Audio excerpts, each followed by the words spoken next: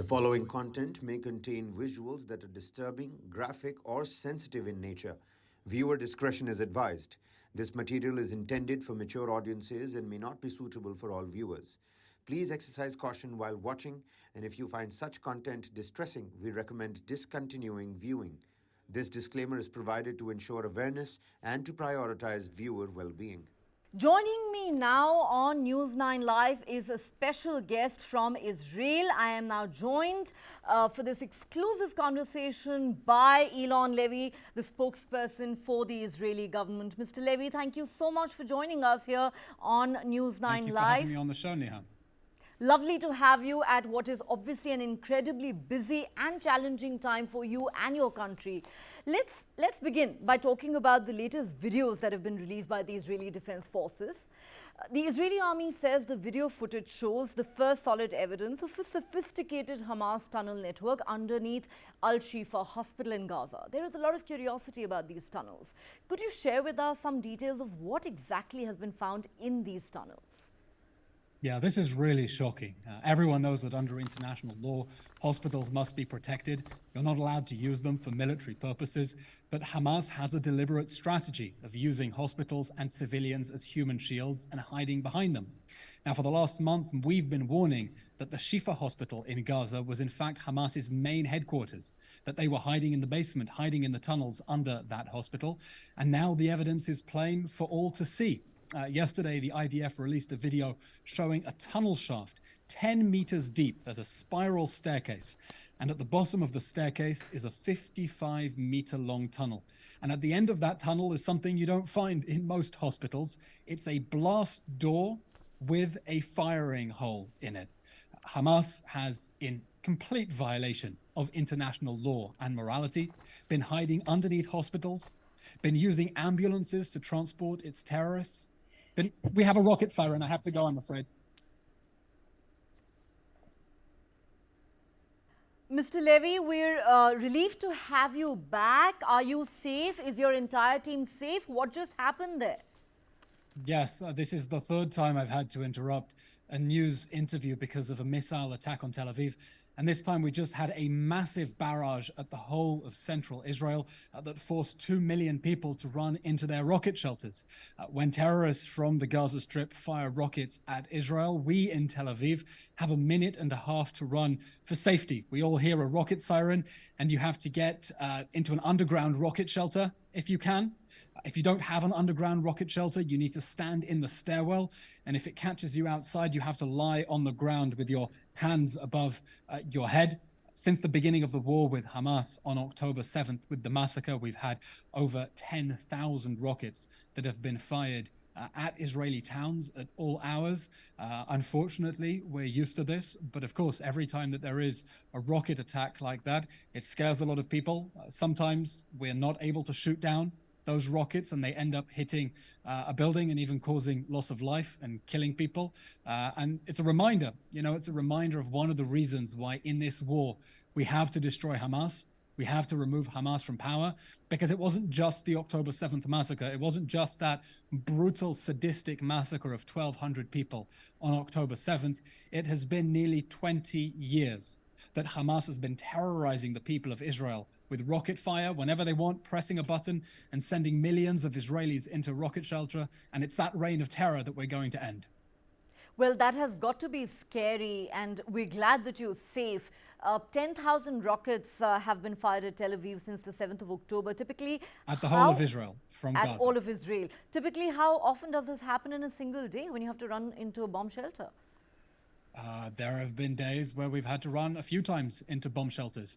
At the moment, because the Israeli army has taken over Gaza City, we've pushed the Palestinian terrorists south in the Gaza Strip, and that means that most of their 75-kilometer rockets, Tel Aviv is no longer in range.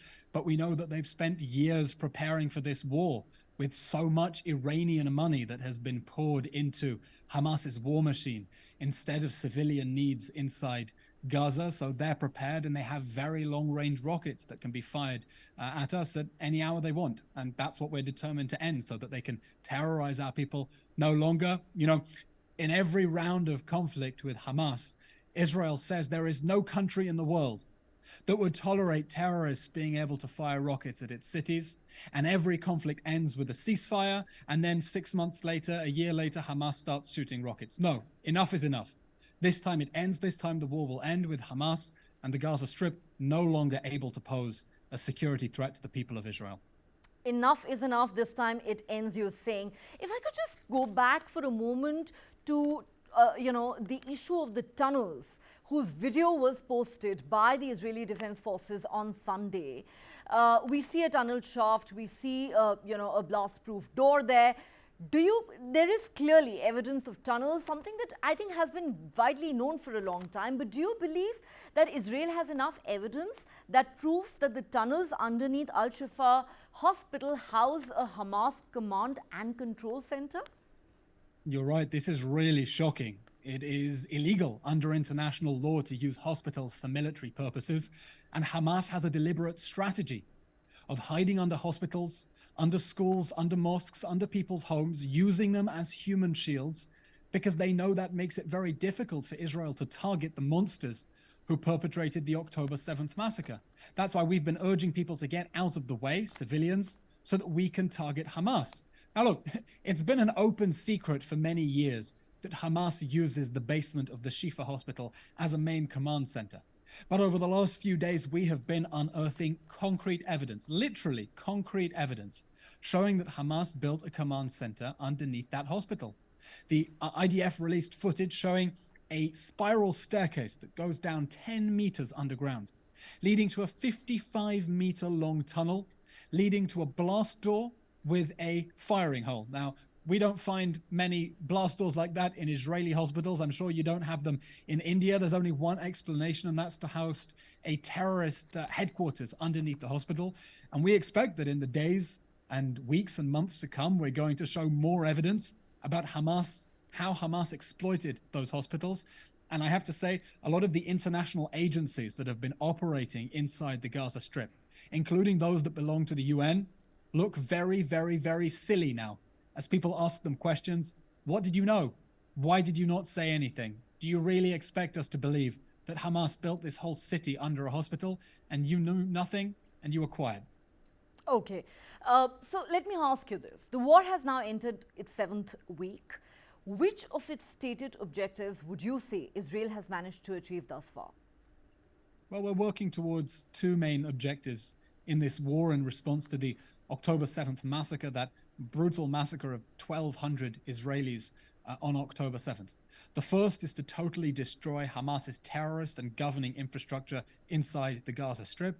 And the second is to bring home our hostages, 240 people, including over 30 children, including babies. There's a 10-month-old baby who is a hostage of Hamas in a dark tunnel, and we want to bring them home. Now, as for destroying Hamas's terror infrastructure, we've been very successful in the last few weeks. We've struck thousands of targets. We've killed thousands of terrorists, and that will continue. As for bringing our hostages home, of course, it's day 45 of the war. We wish that we could have brought them home safe already to their families. And our estimation is that continuing to put pressure on Hamas, military pressure and diplomatic pressure from our allies, that is the way to make sure that Hamas releases our hostages. Clearly, they weren't going to do that if we stood by the sidelines and sent them an email and asked them nicely. We're putting pressure on Hamas, and the plan is to force Hamas to release our hostages so that those children, those innocent civilians, our men and women in uniform, can come back safely to their families. All right, you're talking about hostages. Now, Israel's ambassador to the US, Michael Herzog, has said there's a strong possibility that more hostages could be released under a new deal with Hamas very soon. It could happen as early as this week. Could you tell us something about that? I can't comment on sensitive negotiations when human lives are at stake. You'll understand these are very sensitive issues, and the less we say, the better.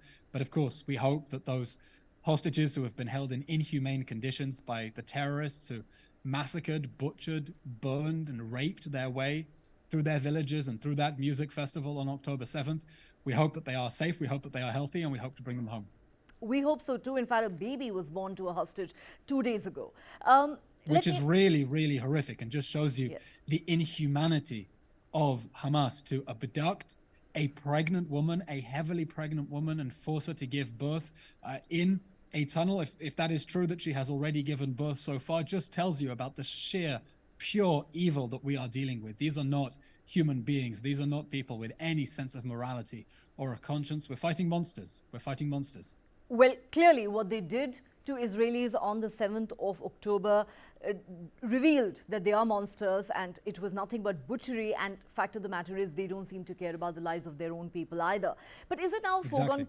Is it now a foregone conclusion, Mr. Levy, that the war will expand from northern Gaza to southern Gaza?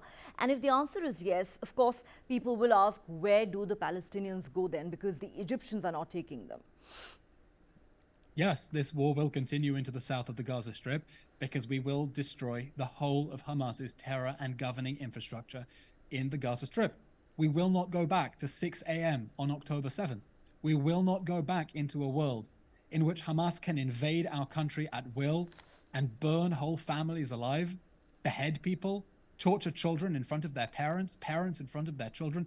That will not happen, and that is why we will destroy Hamas. Now, it's very sad that Hamas has spent the last 16 years in power. Instead of serving the people of Gaza, instead of building peaceful and prosperous lives for them, it spent that time hiding under its schools, under its homes, under its hospitals, under its mosques, to try to shield itself from Israel's defensive efforts. And anywhere that Hamas is operating is not safe. And that is why we are urging civilians to get out of harm's way. It's why we've been operating humanitarian corridors that have been attacked by Hamas to get civilians out of harm's way. Now, we've designated specific humanitarian zones, safe zones, where we hope the international community will be able to deliver humanitarian aid, food, medicine, water, tents, so that the people of the Gaza Strip can remain safe from Hamas's own attempts to put them in harm's way. It's very, very sad that we're in this situation, that Israel is doing everything it can to minimize civilian casualties inside Gaza, while Hamas is doing everything it can to maximize those casualties. As I said, we're dealing with an evil, sick, twisted enemy, and those are the conditions and the constraints that we're operating under, and we're doing the best we can. I don't doubt for a minute that this is an evil force. But let me ask you this question. A Reuters poll recently said that over 75% of the global protests that have been held in recent weeks have been anti-Israel and pro-Palestine. Would you agree that another major challenge that Israel currently faces is the fast-changing sentiment around the world against the Israeli counter-offensive in Gaza, given that at least 13,000 Palestinians have now been killed? So are you concerned about the growing international pressure that Israel faces today? You know, those protests didn't begin when Israel started defending itself from Hamas. Those protests began when the massacre began. People forget, but on October 7th, we saw jubilation and celebration from supporters of Hamas all around the world who said that this brutal massacre of children, of babies, was an act of liberation and an act of resistance. Those protests started off as celebrations at the brutal murder of Jews and Israelis in our country. So it doesn't surprise us that after so many years of anti-Semitism, of hatred of Jewish people, that people are protesting because they support what Hamas did or don't think that Israel should defend itself. But it doesn't matter how many hateful people and apologists for Hamas's war crimes take to the streets around the world, we will not leave our hostages in Gaza and Hamas in power, because Hamas is telling us that it will do this again. Hamas is promising a second October 7th, and a third October 7th, and a fourth, and a million October 7ths until they have killed every man, woman, child in this country. That is the threat we are facing. And the people who are calling for a ceasefire are telling Israel that it has no right to defend itself. They're telling Israel that Hamas should literally get away with murder, that Hamas should be free to reoffend, and that Hamas should reoffend, and that Israel has no right to defend its people. And we're standing up against that. We're standing up for humanity. We're saying that democratic states, countries that come under such brutal attack by terrorists, have every right and every obligation to protect their people by eliminating the terrorists who did this so they can never do it again, and to make every effort to bring back those 240 hostages who have been held without access to the Red Cross, without any communications with their family, in inhumane conditions for 45 days and counting. So let me ask you this, Mr. Levy, because the world is asking this question. Are you completely ruling out a ceasefire at this point, despite all the international pressure, including from countries like France and Canada, and of course repeated calls from the United Nations? There will be no end to this fighting that leaves our hostages in Gaza and Hamas in power. This war will end with the return of our hostages. We're not going to abandon our babies in the Gaza Strip. And this war will end with the total destruction of Hamas. That's something that the United States, France, you mentioned, other Western governments are all in complete agreement. This war must end with the destruction of Hamas. The free world cannot allow terrorist groups to use territory as a base for brutal attacks. This was the deadliest terror attack in world history after 9/11, and to get away with it. So we're going to keep fighting until we bring back our hostages, until we've destroyed Hamas. We know that it's the most moral fight imaginable to protect our people from these atrocities. And we know that the free nations of the world are behind us. And they understand that this time we've got to finish the job and we've got to end Hamas. Though the French President Emmanuel Macron has repeatedly called for a ceasefire, and Canadian Prime Minister Justin Trudeau only recently said the killings of women and children in Gaza must stop. You want to say something to that? These are deeply regrettable comments. I think the Canadian Prime Minister knows full well that Israel is targeting Hamas and goes above and beyond its obligations in trying to get civilians out of harm's way. We see these very sad images on our TV screens because Hamas decided to declare war from inside a densely populated area. Densely populated areas, we're trying to get civilians out of the way because we don't want them to be hurt. But they also understand this war has to end with the total destruction of Hamas. Now, as for a temporary ceasefire, if we can secure a massive release of our hostages, then a small pause in the fighting is something that we would consider. But we will not allow Hamas to reoffend. We will not leave Hamas in a position where it can invade at any time it wants and burn whole families, butcher people, behead them, torture, mutilate, rape them. I mean, really, the atrocities we saw on October 7th were some of the most horrific war crimes that you can imagine.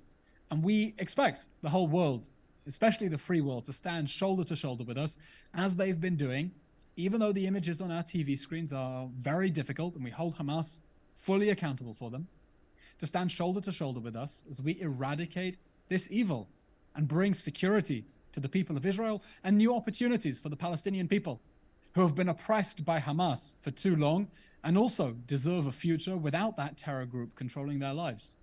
Okay. Mr. Levy, in a major development, the leaders of many Arab and Muslim majority countries are gathering in Beijing in an attempt to pressure both Israel and the US to agree to a ceasefire. Saudi Arabia, Jordan, Egypt, the Palestinian Authority, Indonesia, the Organization of Islamic Cooperation, they're all there. How do you see this? Well, look, we know that public sentiment in Arab countries has always been hostile to Israel. That's regrettable. We want normalization and peace for the whole region. Our hand is extended in peace to all the nations of the Middle East. Unfortunately, not all of our neighbors want that friendship with us. But we know that Arab countries around the region understand that Hamas has to go. And by the way, US Secretary of State Tony Blinken has said this as well, that from his conversations with Arab leaders, they understand that Hamas has to go. And that's because the moderate Arab countries in the Middle East understand that we're up against the same enemy, that Iran, the Iranian regime, which sponsors Hamas in Gaza, Hezbollah in Lebanon, the Houthis in Yemen, other militias in Syria and Iraq, these are the enemies of peace and normalization and prosperity in the Middle East. They are trying to destabilize the region, to export their own violent version of religious extremism. And they understand that ultimately Israel, the UAE, Bahrain, Egypt, Jordan, Saudi Arabia, ultimately we are all on the same side against the Iranian axis of aggression, even if public pressure may make it very difficult for them to say that out loud. Well, most do believe that Iran was the architect of October 7. But I have to ask you this. The United Nations has said that Israeli forces have targeted hospitals, schools turned shelters, and even UN centers, something that is totally prohibited under the international humanitarian law. Would you want to respond to that? these are outrageous accusations from a world body that, I'll remind you, has not condemned Hamas's atrocities on October 7th, has not demanded the immediate, safe and unconditional return of our hostages.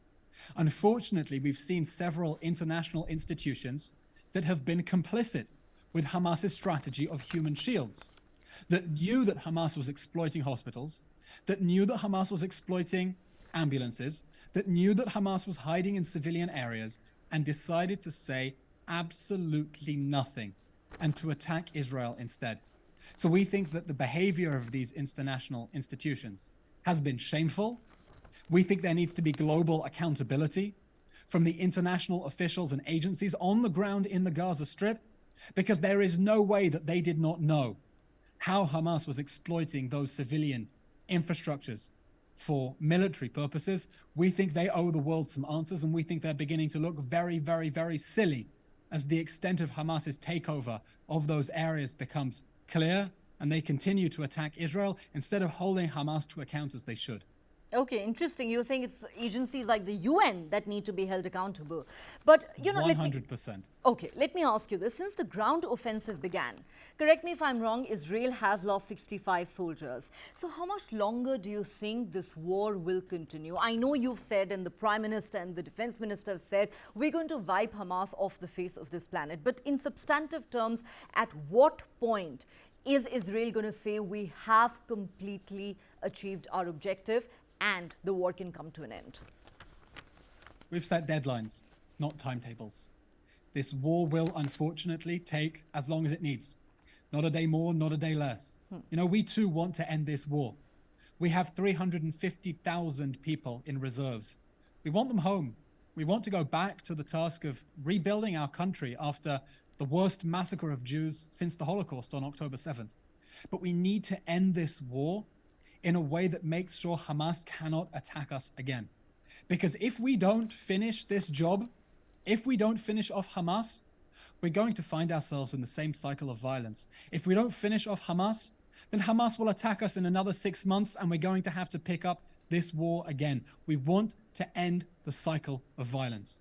And as much as I enjoy being in these TV studios and being interviewed by you, if we end this war before we destroy Hamas, that's just a guarantee that you and I are going to be talking on TV in another 6 months when Hamas attacks us and we're forced to defend our people again. So we've said enough. No more getting dragged into conflicts with Hamas every 6 months, every year. This was the straw that broke the back of a very strong camel. This time it ends. This time Hamas ends. That was the last straw. Last couple of questions, Mr. Levy, before we let you go. What happens once the war is over? Let's say you do manage to completely eliminate Hamas. Who takes control of Gaza? What would be an acceptable alternative for you? We have three main principles for what must happen in the Gaza Strip the day after Hamas, which again is not in the immediate future, but three main principles. The first is that the Gaza Strip must be completely demilitarized. It can never again be allowed to host a terrorist group that can fire tens of thousands of rockets at our cities, invade us, butcher our people, abduct them. The Gaza Strip will never again pose a security threat to Israel. That's one. But the second thing is maybe more important. The Gaza Strip must be de-radicalized. We cannot have another generation of Palestinian children growing up and being taught in schools to hate Jews, to destroy the state of Israel, to pursue jihad and martyrdom instead of building peaceful lives. And that is what Hamas has done in its 16 years of power with the support and complicity of UN agencies like UNRWA. After the Second World War, you know why the Second World War didn't radicalize the people of Germany or Japan? It's because the Allies de-radicalized Germany and Japan and made sure that they are now prosperous, powerful democratic countries and Western allies. The same has to happen in the Gaza Strip, or a new terror group is going to come up and attack Israel if we do not end this religious extremism. And the third point is rebuilding Gaza. The Gaza Strip will have to be rebuilt in a way that makes sure that the concrete this time goes to people's houses and not into those tunnels that we're uncovering under the Al-Shifa hospital right now. And who takes over from Hamas? Is Palestinian Authority an alternative, you think? We're exploring several options with our partners. The Palestinian Authority is very problematic because the Palestinian Authority also incites hatred against the state of Israel, also denies that Israel has a right to exist. I'll tell you, this sounds crazy. The Palestinian Authority pays salaries to terrorists who are sitting in Israeli jails. If a terrorist takes a knife and stabs Israelis in the street, they will get paid by the Palestinian Authority for the rest of their lives. That is direct incentive for terrorism. And we think whoever works the day after Hamas to rebuild the Gaza Strip needs to be a force that fights terrorism, not funds terrorism. Okay, so you're not comfortable with the Palestinian Authority either, and therefore the question remains, can there really be a void or a vacuum, especially now that your Prime Minister has made it clear that we have no intentions of reoccupying Gaza? He did controversially say at one point that we're going to have a security responsibility for an indefinite period of time, but then he clarified later we have no intentions of reoccupying Gaza. Is that correct? Exactly. Israel does not want to reoccupy the Gaza Strip. We don't want to govern it. You know, in 2005, Israel withdrew from the Gaza Strip. We pulled out. People forget this. In 2005, we gave the keys of the Gaza Strip to the Palestinians and told them, good luck, you can govern the Gaza Strip now. And in exchange, we got rockets. And the little Palestinian children who were born when Israel withdrew from the Gaza Strip are now old enough to be Hamas terrorists. And the youngest Israeli children who were born when Israel pulled out of the Gaza Strip are now soldiers who are having to go into Gaza to protect us from Hamas. So we don't want to go and control the Gaza Strip, but the Gaza Strip must be demilitarized. And we will need to have ultimate security control to ensure that the Gaza Strip does not allow a buildup of a terror group able to attack our people again. We wish this weren't the case. We wish this weren't the case. But we know that we're going to have to defend ourselves. And you are saying that this will be in the long term, Israel having security responsibility of Gaza. This is in the long term? Certainly for the foreseeable future, until Gaza is completely demilitarized, de-radicalized, and rebuilt in a peaceful way, we're going to need assurances that the Gaza Strip can't export terrorism. By the way, with this, we see completely eye to eye with the US administration. President Biden wrote a very powerful column in the Washington Post in which he explained whatever happens in Gaza the day after Hamas, Gaza and the West Bank must never again be allowed to be bases for terrorism against the Israeli people. And we look forward to working with our international partners to work out how exactly we do that. And of course, President Biden is also at pains to say reoccupying Gaza would be a big mistake. He has given that advice to his friend. And that is not something that we want to do. As I said, Israel withdrew from the Gaza Strip in 2005. We gave it to the Palestinians to govern their own lives, and we have no interest in governing them for them. Okay. You said we have to finish off this religious extremism. Many have argued that Hamas is not just a terror organization, it's an ideology. While you can wipe out a terror organization, perhaps, can you stamp out an ideology? You're right. It is not only a terrorist group, it is also an ideology. But a decade ago, when 86 nations came together and built a coalition to fight ISIS, to fight Daesh in Syria and Iraq, they didn't think they were going to defeat an ideology. They said they were going to deny that ideology a territorial base from which to commit attacks against people all around the world. And that's what we're doing here. We're denying a terrorist group with an extremist ideology a territorial base to commit attacks. We'll destroy Hamas just like the world destroyed ISIS. But we're also saying that the day after Hamas, in order to stop this violence reoccurring, the whole international community needs to send the Palestinians a very clear message. The state of Israel has a right, an inalienable right to exist within sovereign borders. And when you teach Palestinian children that the state of Israel has no right to exist, because that's what they're teaching them, when they tell them that their job is to grow up and, quote, liberate Palestine from the river to the sea and wipe out the state of Israel, they are raising up the next generation of children to support terrorism or to be terrorists as well. And we're saying that if we're going to stop finding ourselves in the same cycle of violence with a new terrorist organization, the world is going to have to be serious about de-radicalizing Palestinian society and telling them hard truths. The state of Israel exists, it has a right to exist, it's not going anywhere, and you need to live with it. Okay, final question, Mr. Levy, before we let you go. You've categorically stated Israel's objectives as far as this war is concerned. But I'm going to ask you this, that of course what happened on the 7th of October was absolutely horrific beyond words, and unimaginable butchery, really.